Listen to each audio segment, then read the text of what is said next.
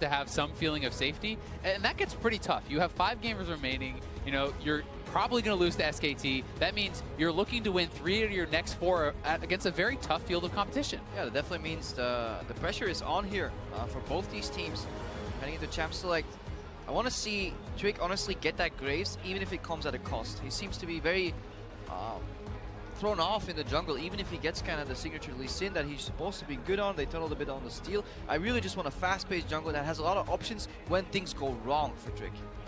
Things have been going on for Trick a lot in the opening games, despite some great kicks earlier today. His early game has been fairly weak. Now, G2 Esports, they ban out Rumble, LeBlanc, Syndra. On the side of Flash Wolves, it is Kennen, Lulu, I see Karma, and Ivern still up and available. Yeah, don't want to get surprised early on by maybe a third red side mid pick that then gets the counters banned out. Some of these more tricky champions are out.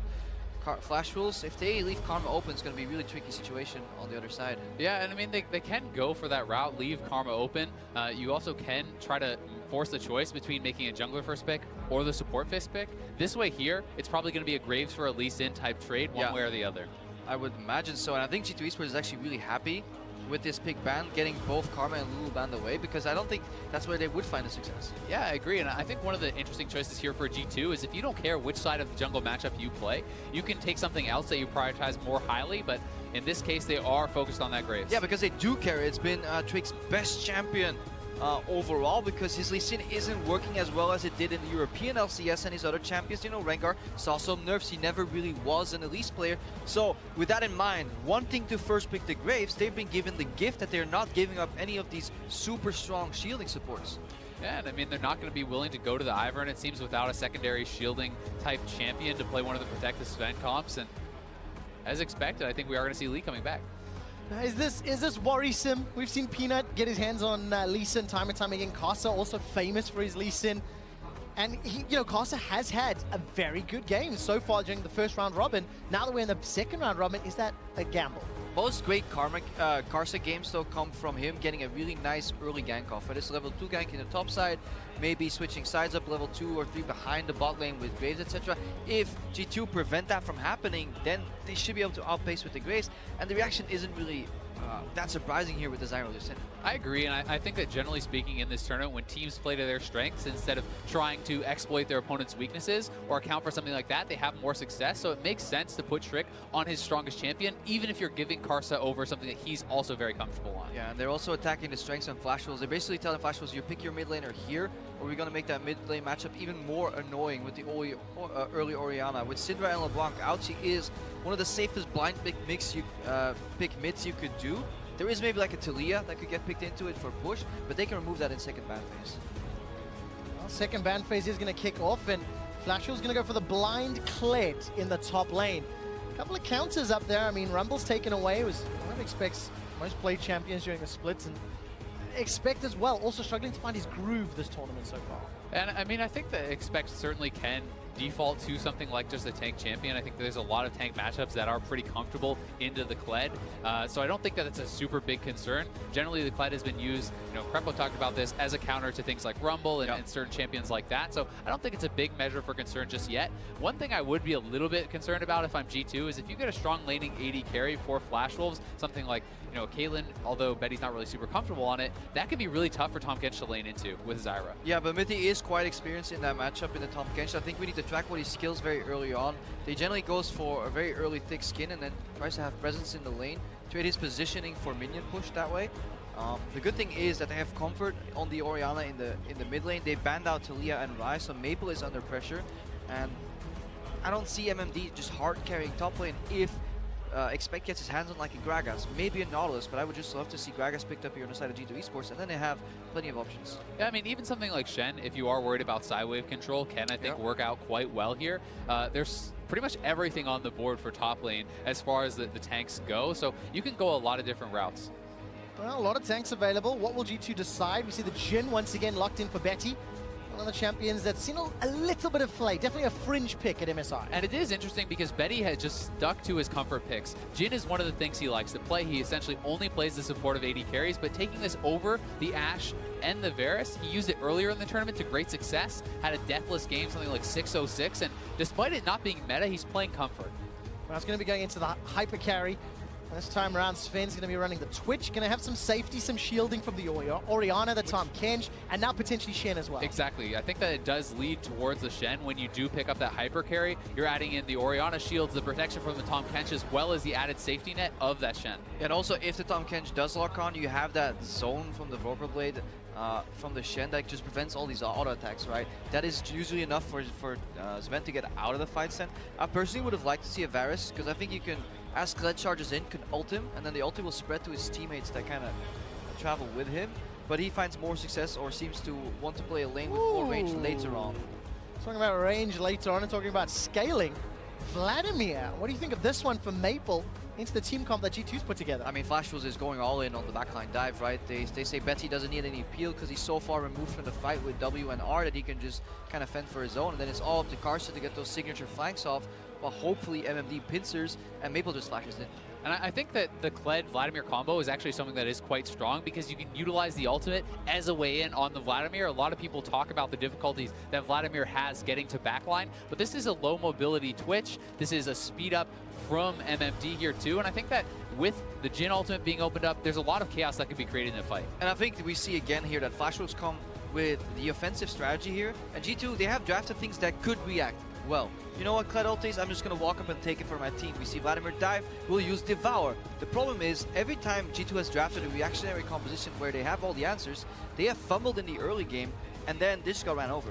Yeah, you have to survive early game in order to be able to react later game and have your team comp come together. But on the side of G2, it does feel like the Flash Wolves comp will be relatively difficult to execute. No traditional frontline tank.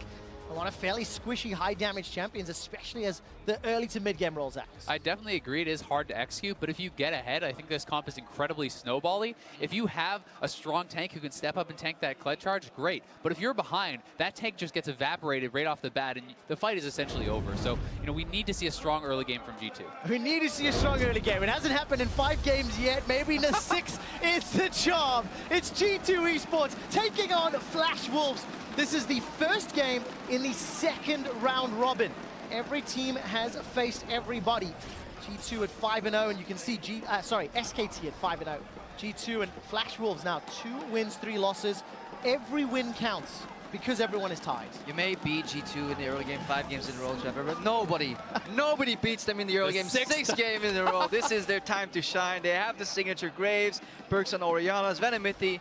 I'm definitely looking forward to that laning phase. Yeah, signature Graves, Trick, he's given up first blood in 3 of his 5 previous games. He actually donated first blood thanks to taking a Realm Warp the last time they played Flash Wolves. So my eyes are on him and his impact, whether positive or negative for the European LCS. I'm also really interested to see how well they adapt going into the second round. Krepo, you talk a lot about how G2's strength is adaptation. They learned from the games they play. They're a very intelligent team, and now they have played everyone once. They have a fresh slate. Let's see what they can do. Yeah, that is domestically when they have weeks and weeks where they first scrim these partners, they then analyze them, and then they bring the answers on the Rifts, why they were so far ahead in Europe.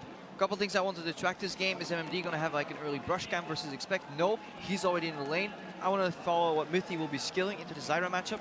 And more importantly, how much CS Sven can get under pressure, because drafting Twitch is nice for late game, but it comes at a great cost early on. Cost early on. G2, that's their problem. It's a tongue lash for Mithi right now. We'll see where the level 2 goes and what impact that has. Sawdust's done a good job of spreading those seeds, and a little bit of assistance for Karsa on the Bramble Bank. Yeah, the tongue lash makes Tahm Kench at least have some ranged presence. You just want to walk up. They're actually happy with what's happening here. Sword Art spawning plants early, forces the push. Now, if Mithi can draw an auto attack or 2, the minions will attack whoever's aggressing on him, and then that will make the wave push. So essentially, that's what you're doing. Technically, Flash was here are over pushing.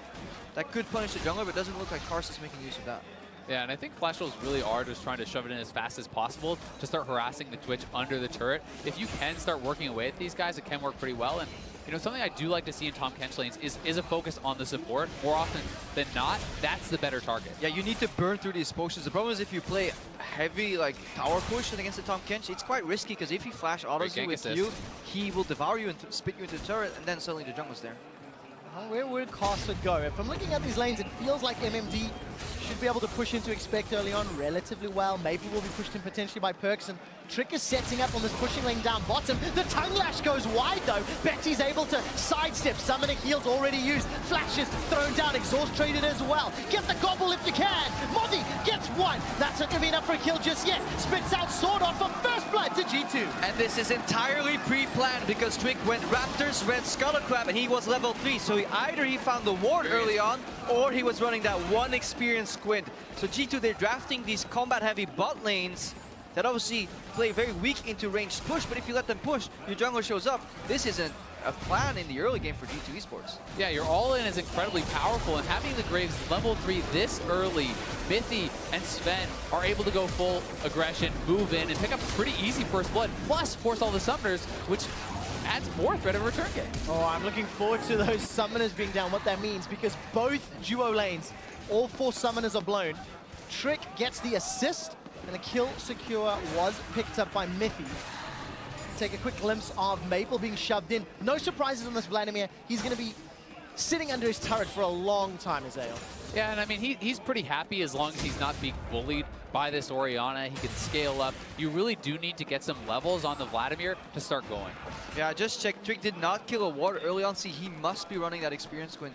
So definitely predetermined right here. And this is great to break that continuous death by 1,000. Cuts in the bot lane. Poke lanes win by keeping you in lane, removing your potions. Getting that free base will help you so much. And this is one of those adaptations we've talked about, something that is pre-planned. And sometimes pre-planned paths, clever routes like this, can be what breaks the funk of that early game. That's definitely going to help out. Look at this, MMD, there's no Skarl yet. Follow that rage meter. Pocket Pistol comes backwards and Trick gets a kill. I was actually really scared that the smoke screen was going to trigger Skarl. Every damage instance gives you something, so you want to hit him with like big spells. Small hits over time get you faster to Skarl, I believe. So quite dangerous, but really good setup. Trick is back in his element. I don't believe my eyes. This is a pre-level 6 Graves with 2 successful ganks in the 2 lanes that Flash Wolves will be pushing towards G2. Yeah, this is exactly what we were talking about at Champs. Like, we need to get Trick on the Graves, and it is working out. Yeah, I mean, you play to your comfort. He has strong gank assist in both top and bottom. His path has been intelligent, and I think that Expect also deserves a lot of credit. I mean, he was winning out on his trades very heavily, had MMD already dismounted, so Trick could come up for an easy cleanup. And that might just be the communication finally getting back to the G2 lineup, because it's much more comfortable to trade aggressively if you know your jungler is going to help you in like 30 seconds in case it goes wrong, right? Well, it's showing. 2 kills to 0. At 5 minutes, it's a little over 1,000 gold in the lead. Now, Casa finds the Sonic Wave. Tempest and Cripple comes out as well. Perks, no Shockwave to fire back, but he trades well with the Thunderlords. Yeah, and that was never really something that's looking for a kill. Karsa gets some damage out. Vladimir's farming under his turret. It's just trying to help him with lane priority because Perks has no pots left. Yeah, and also Maple, he took the brunt of that pick ban pressure. He got 2 mid laners removed early on. Then Orianna picked, and then the 2 best matchups into Orianna were banned out in the second ban phase, so he's had to dig deep for this Vladimir, and obviously Vladimir very early on suffers from getting pushed in. Definitely does, but at level 6 now, Perks is chunked a little bit low, has no more potions. He has to respect the all-in potential that can come out from the Vladimir. And that makes that gank so great, you know, sometimes just a little bit of pressure can tiptoe the matchups in the other way, but here's Trick in the bot lane again. No summoners. All right, gonna dash forward. Where's the dash? Shadow dash from Expect is gonna catch Sword Art. Betty's the target as well. Expect's on the board. Sven gets another. This is so well done by G2, forcing out Summoner's bot, killing top. They can Shen ult down because they have the experience advantage in that matchup too, and G2 just looks like they're firing on all cylinders. They've been so coordinated. They look almost as good as the Gigabyte Marines in the early game. Let's not be ridiculous here, Trevor. Let's not give them too many compliments here, but they look like G2 in Europe. This is finally kind of the level of play, coordination, organization that we're used to seeing from them, just outcasting their opponents here with just very easy moves if you look at it. Yeah, what a surprise. You run but you use the Shen ulti, but if you time things well, you don't need the greatest mechanical outplays. I think they even played very well within the fight. You know, Expect holding his taunt for a long time, seeing if he even needed it for the Zyra, and then uses it to secure the kill. It's just looking very, very good right now for G2. Yeah, just a fantastic start. And G2 got themselves some control wards in the books, versatile of tier of items, but, you know, not a huge amount of pressure on the tower. Is going to be content with those kills thus far. G2, let's see how good their mid game is going to be if they can extend this lead threat. Yeah, they have to extend it. Flashes always react with vision as well, though. You see 3 control wards right there. They place them very well in unison, and they also defend that vision and build on it. So that is something that G2 need to watch out for. If they go for their signature kind of slow scaling game, Flashes will not hesitate to take the map back. They definitely won't, and you also have to remember Karsa is now level 6, Vladimir is level 6. Karsa has his summoners up and certainly can make a play to try to get a kill and return some of the pressure back. Yeah, Mithy here as well. Look at the item build. You could afford a side stone, but why not upgrade your relic shield? You know, get a little bit more money in the bank here. They're very heavily focused on this laning phase. And I think especially when you are actually just letting your opponent push you in like that, you don't necessarily need the wards out on the map. As long as you can defend the control wards, that's definitely true here. But that could be a breaking point if they make one mistake. Suddenly, the lack of side stone may punish G2 Esports. I'm looking at those control wards. Prepper, there's 3 on the bottom quadrant. It's nice. Karsa is going to get counter ganked now by Trick. Counter is a strong word. Actually, it is a counter gank. Trick goes in into the line. Collateral damage gets fired. Here comes Expect. He's got Maple. Trick survives and takes Karsa with him. Where did Expect come from? Nobody expected him. Suddenly, like, he just dashes in, rams a dagger through the opposition, and he just wins out that fight here. Another great roam from Expect. Yeah, and I mean, Trick was in position as well. They read this gank like a book. They see Lee Sin at 6. They know that Perkz is a summoner down, and Flash Wolves go for it anyway, and they get punished huge. Yeah, we always talk Karsa Maple, Karsa Maple. Well, that's where the gank is going. If you look at, let's look at the top lane. That's pushed in. Bot lane is pushing in very heavily too, so like the only place the gank could go is in the mid lane. And Expect was already moving before this gank even started. He even dropped a control ward in the enemy jungle. Oh, it's so well played. Vorpal Blade travels and just finishes him off. I mean, as soon as Maple flashes forward and Trick is right there, you know you made an oopsie, and it's like, oh, that feels bad. It does. And looking at Trick, this game, 1-0-5. We're before 10 minutes. 3,000 gold lead, and compare it to the previous stats of this group stage. Yeah, we're SKT right now. They're looking for the perfect tournament. G2, they're looking for the perfect game so far. Still on track, baby. Very early start. MMD with those vicious strikes and a bear trap on a rope. He's going to be trading with Expect. Got himself the Tiamat. A small CS advantage, but Flash Wolves. Okay, G2 have done everything right for 10 minutes. You know, they've ganked well, they've had suitable vision. How do Flash Wolves bounce back from this significant of a deficit this early on? I think it's looking for picks. I think it's utilizing the combination of ultimates with Fled and Lee Sin and Vladimir. You know, despite being a bit behind, if you get the perfect engage and eliminate someone like that Twitch right off the bat, the fight can turn around. If you can find that perfect engage. It feels very difficult. It's important to remember that when G2 played Flash Wolves 2 days ago, yesterday, Carolyn second, Trick gets traded on, Stand United, a touch late, not going to be the end of the world. They get Karsa's Flash though. There is Flash, and more importantly, they're working together on vision as well. The arena is igniting here as well. I'm looking at some wave mechanics. While they're waiting for the wave to arrive here in the crowd, they're slapping their thunder sticks. That's why these guys are so loud. They have optimized cheering here in Brazil. Looks like Mithy is actually moving up mid, perhaps trying to help with that vision and really try to get some damage down on this turret because they're taking over the top side of the jungle. Yeah, and with that mid pressure, actually, Mithy can just take somebody with him, taxi to the bottom lane. Perkz and Mithy could arrive behind enemy AD carry and get bot turret from that. That is the strength of a Tahm Kench level 6. You really want to use that Abyssal Voyage to unlock objectives. They do need to be careful though. Betty is coming up. Jhin ultimate is available, but it's going to bail out on the play. All right, couple of ultimates used to put pressure on this mid lane tower. Perkz with the shockwave, collateral damage as well. Taking a look. I hear Abyssal Voyage. I think they're going bot. All right, MMD's going to jump back onto Skull and run away. There's the Abyssal. Down for tower, first blood still available. That would increase the gold lead to 5,000. However, Flash Wolves hold. It's one of those satisfying sound effects. You know, like as a bot laner, when your support's gone and you hear that on the map, like, oh, they're coming for me. Backup's coming, and now Flash Wolves react bot, so mid gets pushed in. Like, just push and pull. Never really have to fight them. Use all these for pressure. If you have this gold lead, it's much easier to just get the turrets.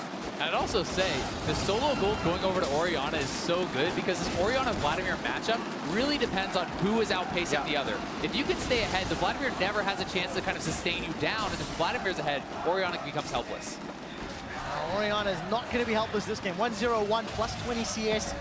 Already got a tower to her name. Another one in the bottom lane will fall quickly. And looking at the top, every time we jump top, by the way, Expect seems to be out-trading MMD's Kled thus far.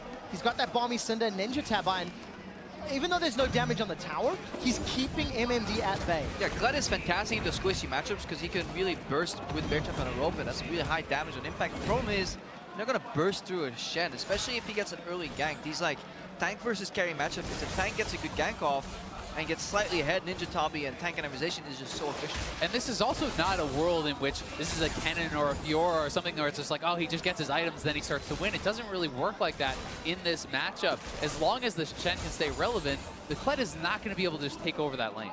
Yeah, well, luckily for Expect, his entire team is relevant. Look down the kill score, 2-1-0-1. Everyone's got involved. It's a gigantic lead before 15 minutes. Take a quick look up top as MMD once again to the bear trap on a rope. A little bit of support from Trick in the river. Ursa's coming up. Soon. Actually, Trick has decided to back away. Expect to be under pressure. Cast are not going to find an opportunity. Yeah, Expect needs to yield it. Looking at Perks though, he used that solo goal that Azale was talking about earlier to really invest in magic penetration. If you get that early lead, just sitting Lost Chapter is enough. You don't need to go full Phenomenon. Perks right now has really strong all-in potential. This is a very strong early spike for Orianna. Especially because of Vladimir is not itemizing defensive. He's trying to rush towards that Proto Belt instead of sitting on something like a Negatron, which can really help to negate that advantage that Perks has. And Maple's smart enough to know this, so he's never going to combat Perks. But what that means is Perks will push up the wave, disappear, and start influencing these side lanes. The only thing that can go wrong is right here if Expect dies. All right, Expect's going to get pulled back by the bear trap. Squall is triggered. Caster's got the Dragon's Rage, and actually Expect is putting a lot of damage down. Mithy's brought Perks. That's one already with the attack and the dissonance. Shockwave not even going to get needed. There's the hula hoop sombrero. Perks doesn't need it. Still gets a double kill with the attack. I mean, that one was looking a little bit desperate from Flash Wolves. That is a very healthy Shen who is ahead. You cannot burst this guy down like that. By the way, that control ward that Expect put earlier, still inside the red corner of the jungle, that Betsy and Maple just walked past. I love it when you talk dirty to me, Trevor. Right there. Very healthy Shen indeed. Eats his vegetables. That was just, yeah, grasping at straws. Every move by Flash Wolves is being read, and at this point, this is the point of the game where G2 has excelled in Europe. They know how to cleanly play out these games. The problem is they were always so far behind in the early game at this tournament that they couldn't really show their closing ability. And I mean, this is just, MMD is almost ready to dismount. He's not ever going to have the amount of damage, and you can see Mithy is already moving up here with Perks, and even if they didn't come, this kill wouldn't work. Yeah, but just the range at which this is possible too shows you the strength of the Tahm Kench in this tournament, why he'll likely become more of a meta pick within this tournament. With Perks was at the tier 2 turret. CG on a Vladimir, he takes 5 steps backwards, gets in the belly, arrives top, and helps. A little cheeky little grin there from Expect. 204 on his Shen. As it stands, 8 kills to 0, 8,000 gold up. I'm gonna wait for stats to verify, but I'm pretty confident that's the largest gold lead at 15 minutes across the group stage, and it's in the opening game of the second round robin. And there's so much easy gold for them to pick up still. I mean, this bot tier 2 tower is 1 auto away. They have full pressure in mid lane. Top has already fallen. We just need to see how well G2 can close this out, because this should be their game from here. Yeah, there's also 4 jungle camps up and a dragon, and that's something that is very often overlooked when you're playing so deep in the enemy map. Trying to rotate for these tier 2 turrets, a lot of teams forget that there's camps in their own jungle. They take away the opposition jungle, but this is actually a mark of G2 domestically. They will take both sides of the jungle. That's why Trick doesn't have the highest activity, but he's very efficient in his pathing, and it's so catered towards his race pick as well. No champion really clears much faster than him. Yeah, it really suits the play style, and once Trick has enough power, uses that Graves to impact mid to late game team fights where he also has exceptional ability. Yeah, especially on a champion like this where you can make a lot of use of the farm. Graves is not someone like the Lee Sin who's going to fall off as much. You're always a big contributor, especially against a relatively low-range team. With the Vladimir and the Lee Sin and the Kled, there's always someone for you to hit. Yeah, and especially if you take consider that Truget got some nerfs, so if you play Graves into a full AP comp, the lack of MR you get from Truget will maybe hurt you, but there is only Maple really that is bringing that sword art, maybe, but he's generally not going to interact too much with Trick himself, so Truget's still very valuable if he comes into a duel against MMD, against Karsa, even against Betty. I want to step back from this game just a little bit because it really has been the G2 show, right? And we talked about the results. Let's stay here. We talked about the results, 2 wins, 3 losses, and how every team now will play, again, 5 more games. The expected result you're going to lose to SKT, and every win you can pick up against Flash Wolves, WE, Gigabyte Marines puts you 1 step closer to playoffs in that pool 1 seed for Worlds, which is the first reward at MSI. It really does, and people have talked a lot about the pressure on G2, but what about the pressure mounting on Flash Wolves now? They were supposed to be the ones to challenge SKT. They're 2-3. They're now facing a 2-4 opening record, and they have not looked at all like the team we were expecting coming into this tournament. Yeah, and they also came out and said it. I think it was Stake who said it doesn't matter how good you dominate domestically, you may just fall apart internationally because you can only smash teams so hard if they're not giving you enough opposition. That's the problem in G2 esports as well. They dominate Europe overall. Even when the fans are against them, like in Hamburg, and then they come to the international tournament, these guys practice super hard. Like they really hate losing. It's not like they came out unprepared, and then like, dropping those early games was a big mental hit for them. I'm really glad to see them bounce back. I really do think that in pro gaming, one of the things that you'll learn is you're only as good as your competition. It's so much harder to really move a tier above, and these teams are trying to do that and seeing the difference between, you know, SKT, who has those great practice partners, and some of the other regions who don't have as many. But at the same time, though, we can't take things away from like the truly the greatest, like Faker. He will improve no matter what the competition. Or SKT, they constantly innovate the meta game. When they flexed the dual Ulu Karma in the finals versus KT, they just made them look like, honestly, like they were smurfing. Yeah. At certain points in the game. Even when KT got a lead, SKT still came back. So that is the greatness you see there. But overall, it is definitely true. Like if you have bad scrims and you get some gameplay patterns that you get away with, the same way with Svenskrim. Like those invades, they probably pay off a lot in scrims. The problem is on stage when you get against better players, you get punished. Yeah, better players, higher pressure scenario. You talked about sort of play styles and histories. Look at these at 20 stats for G2 and Flash Wolves, obviously with the records they have. Not the greatest. First blood 20%. First tower, Flash Wolves pretty good at picking that one up. But both teams average a deficit as we get close to the 20-minute mark. Yeah, Flash Wolves, they definitely are not getting that first tower even right now. 19 minutes in the game, 0 turns to 3, which is a very rare occurrence. And it doesn't seem like they can fight their way out of this gridlock. Hey, perfect game still in the cards here for G2 esports. Also, the previous gold lead record, MSI 2017, was around 7,000 gold at 20. It looks like G2 is going to break that record as well. So this will potentially be the heaviest handed defeat of MSI 2017. Perks and Expect gonna try to take this inner turret down in the top lane. MMD has already popped off Scarl. It's Shockwave there from First. Second time this game. Trick in a 1v3 almost takes down Betty. Sonic Wave connects, but Casa does not follow the Lee Syndrome.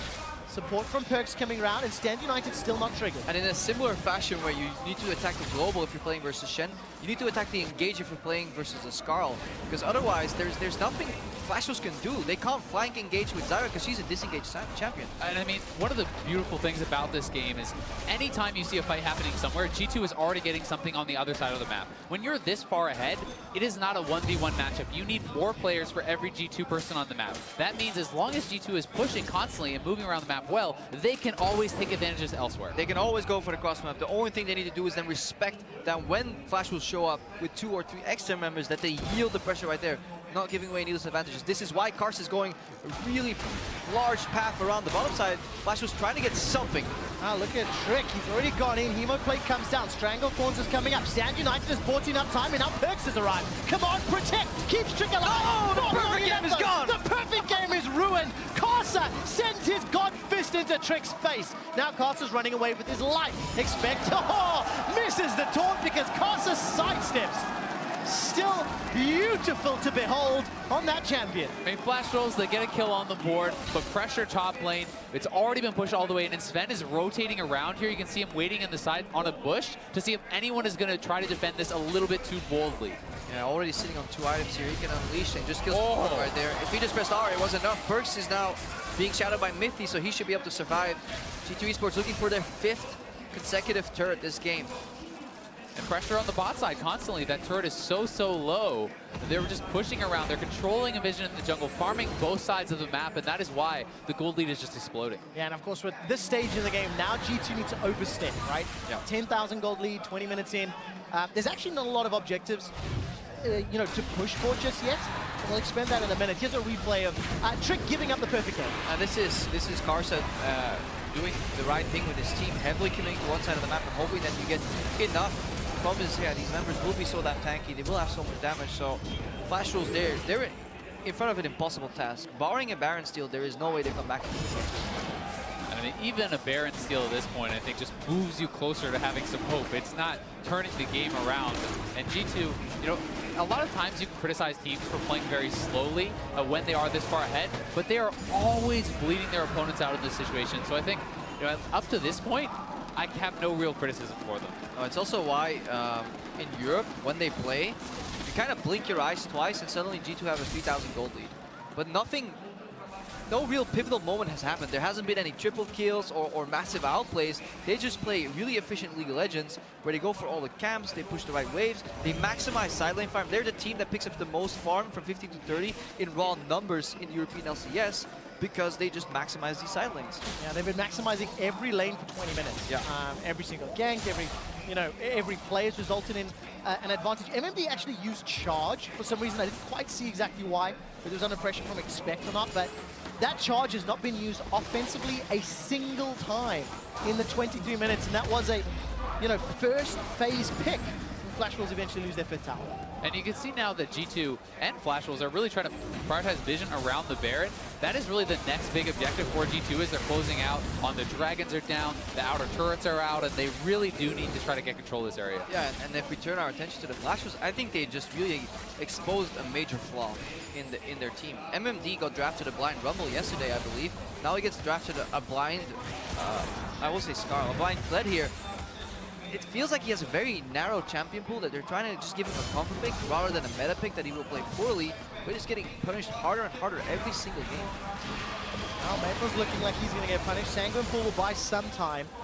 Threw down the Hemo Plague as well. I'm looking at the mini-map. Still, Expect continues to shove MMD backwards. Expect's got that Titanic Hydra and Sunfire Cape, winning every single trade. And it's the mid lane's going down as well. And it's also an item build that's heavily focused on push. You can shove those lanes so fast as Expect here, and he has the Stand United to join, so G2 are straight onto the Baron. And what a statement here from G2. 2 wins, 3 losses. This will be their 3rd win of the tournament. Swordart is just blown up where he stands. Perks and Expect trying to run down Carter. Expect's going to be able to solo him out. Spirit's Refuge buys some time. Baron secured actually by Miffy. Trick did get the smite down once again. It's a retreat, not a charge, because MFD's running for his life. Only a 3rd death, that's what G2 are looking for. Scarlet's going to avoid the Shadow Dash as Maple is being burned alive in his Sanguine Pool. Dominating! Sven gets another onto MMD. And Betty watches his team fall around him. Flash Wolves are just getting decimated here. This has got to be one of the cleanest games, if not the cleanest game of the tournament here from G2. And what a way to start the 2nd round of games. Yeah, in a phenomenal fashion, G2 Esports bounce back. They tie their score back to 3-3, and their hopes of reclaiming that #1 seed for Europe are still alive. The largest gold lead at 15 minutes. The largest gold lead at 20 minutes. Every single objective and only one criticism. Trick is inting again. Gave up the perfect game. We'll let it slide this time, but just watch the Baron. This is really the only way that Flash Wolves could do anything about this is a steal. So you have Perks already zoning on the outside, ulting the Shen, take away the only chance that Flash Wolves has to make a positive play there. Now, man, you got to step back and look at G2. After that 50-minute loss to TSM, where technically they had lost the game for around 46 minutes of those 50, not managing to take down the nexus of those last few hits. The psychological hits, G2 and 8, is it coming back? Is it a possibility to have this kind of game? G3 and 7, baby. Going up every year, G4 and 6 next year, tying it up in 2 years or so. No, I think what's great is the fact that well, seemingly they're playing a much weaker version of their play on international tournaments still, for the majority of the game. They're not getting affected game to game, so it seems like they're going into every single game fresh again, but something broke down for sure. G2 Esports was a shadow of their former selves in the first 5 games here. 6-1 is the one on the money. There we go. You talk about shadow of their former selves. Flash Wolves, they have an on switch and an off switch. They go 0-2 day 1, 2-0 day 2. They're on the verge of going 0-2 day 3. And this was a finalist team coming in, the expectation. So, we talk about the benefits of G2 bouncing back. How on earth do Flash Wolves again bounce back from another 0-2 day? But G2 also attacked their core, right? Like we talked about Karsa, Maple, Sora. Now the final engage comes in, but it's gonna be tricky. It's indeed. MMD gets a bear trap on a rope, but look at Sven. He's already on a killing spree. Taken down Karsa. Flash Wolves are retreating. The charge had no damage behind it. Expect kills the weeds of Sword Art. And now Maple's cut off from the rest of his team, gets devoured by Mithy and spit out to Expect. Yeah, Karsa was still jungling while Sora was attacked in the bot lane. Maple was attacked in picks and bans, and by the time Karsa tried to fight back, it was simply too late. And with only a single kill, G2 Esports are going to take it. G2 Esports with the most dominating victory of the MSI 2017 group stage. Take down Flash Wolves to go 3-3. just such a good game from them. And I mean, this has got to give you so much confidence going forward. We talked about how tough of a schedule these teams have from 2 and 3 to make it into the final games. And they're off to a great start. Look at the expressions on the faces of Flash Wolves and G2. G2 earlier today, distraught at the TSM loss. This time, ecstatic at the Flash Wolves victory. Yeah, and I'm just happy for the guys that they get to bask in the fandom again. Look at Perks, like, he had to go through so many like negativity and comments when he tried to portray the bad boy image that the fans seemingly wanted, but then when he gave it to them, he couldn't really deal with it in my opinion. Now, even in Hamburg in the finals when they're playing so well, they didn't have the crowd behind them. He gets to walk around there and you see his face light up every time he sees the cheers. Like, oh, you're cheering for me? Yeah. I guess so. Like, let me just like, enjoy this. I just don't, like, this group stage is causing me more questions than answers. Gigabyte Marines take down Team WE in one of their most impressive performances. G2, who have looked really, you know, weak all tournament long, have the most dominant victory all of a sudden. And I think one of the important things here for G2 is also the way in which they won. A lot of criticism has been leveled towards Trick and Expect. They both had a great game, and I think that that can spell good things for them going forward. But it is Expect on Shen and Trick and Graves. And these have been long-lasting signature, like, comfort picks for them. The problem is, any team that is doing their drafting properly will not give Graves over to Trick. And if they do, they will take Karma Wu in return, and then can G2 deal with that aspect? And the cheers there, of course, that was for Sven making his way off stage a little bit earlier today, actually. He's been around 10 or 15 minutes just signing the Thunder Sticks for the crowd.